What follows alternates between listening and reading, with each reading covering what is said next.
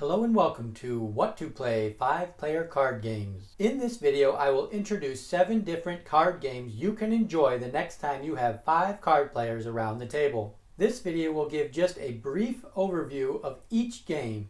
You can find the full video tutorial in the 5-Player Card Games playlist linked to in this video's description.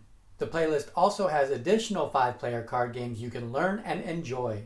First up is the matching style card game Crazy Eights. The object of this game is to be the first player to get rid of all their cards. Cards are played into the middle by matching the suit or the rank of the previous card played. The eights are wild and will give the player holding one an advantage. Next up is the Rummy style card game Carousel Rummy. The object of this game is to play as many cards as possible into melds in the middle.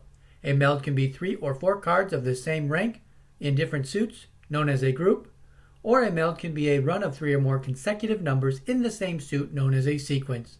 Players will score points based on the cards still in hand at the end of a round. Next is the Showdown style card game Chase the Ace. The object of this game is to not have the lowest ranking card at the end of each round, otherwise you will lose a token. The player left of the dealer is first to play. During a turn, players can decide to keep their current card or exchange cards with the player on their left. If a player decides to exchange, the player on the left must exchange unless he or she is holding a king. The last player with tokens wins this game. Spoons is a fast-paced card passing game. The object of this game is to quickly grab a spoon from the middle when the time comes. There is always one player who will be without a spoon at the end of a round. When a player gets a 4 of a kind, a spoon is grabbed. Once the first spoon is grabbed, all other players can grab a spoon regardless of the cards in their hand. I Doubt It is a beating style card game. The object of this game is to be the first player to play all the cards from their hand. Cards are played into the middle in sequential order, but the cards being played are always face down. This means a player can lie about the actual cards being played. If you believe another player has lied, you can announce, "I doubt it," and the last cards played are checked. The middle pile then goes to the player of the cards, or the caller of "I doubt it," depending on if there was a lie or not. Bluffing and spotting a bluff are required skills needed to win this game. Sevens is a layout style card game. The objective of this game is to be the first player to get rid of your cards. Players can play cards into the middle that can build out from the sevens.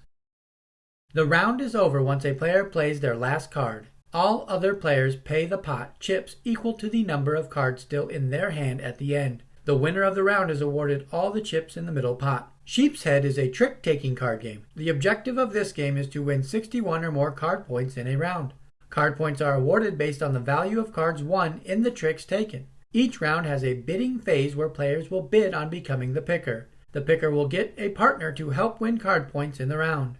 The game can be played until a player gets an agreed-upon amount of points or until an agreed-upon amount of rounds have been played.